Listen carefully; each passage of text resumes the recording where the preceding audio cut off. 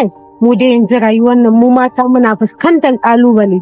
Kai auren ma baka fita ba, baka yi ba ma baka fita ba. Oh, wallahi ko an sai ina sauta da ai ni ma kwana biyun nan ina cikin wani kalubale na rayuwa. Ni har kun ma tuna min wallahi.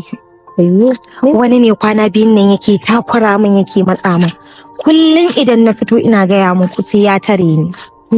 Na rasa yanda zan yi da bawan Allah nan. Kuma fa na yi mishi jarabawa ya ci. Duka ya ce? Wallahi ya ci. Ya ci jarabawa me ke nema su? Kawai ki amince min. Kina ganin haka yayi? Wallahi yayi tunda ya ci. Haka ne? Haka ne. Ya ci jarabawa kake amince mai kawai. Tunda bai da matsala. Kun gan shi can ma. Ya shi na. Shi ne wanda nake gaya muku ko. Na wuni. Lafiya lau. Malamai magada annabawa. Sai dai ɗalibai. Ai kun wuce ɗalibai yanzu kun kai malam. Mun gode. Masha Allah. Malama Shamsiya. Sannan ka. Waya gida? Lafiya lau. Da Allah ku ɗan yi haƙuri. A ba damuwa ba mu. Yau za a ɗan taimaka a bani ko da minti 5 in samu mu ɗan tattauna. Dama ina son in yi magana da kai.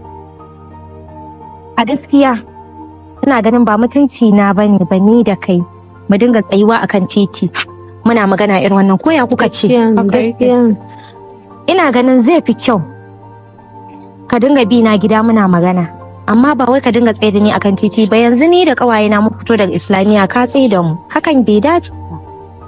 Kin san shi abin da rai yake so haka yake faman wahalar da shi, amma Allah ya sa kalliya ta biya kuɗin sabulu. To amin. To a taimaka min, kin san ban san yadda zan yi ba, ban san gidan ba, ta yaya zan zo gidan?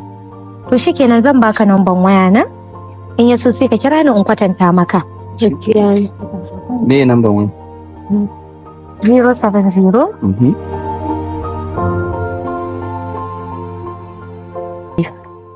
Na gode. Allah ya saka da alkhairi. Allah ya albarkaci ilimin ku. To amin. Sai an jima. Na gode.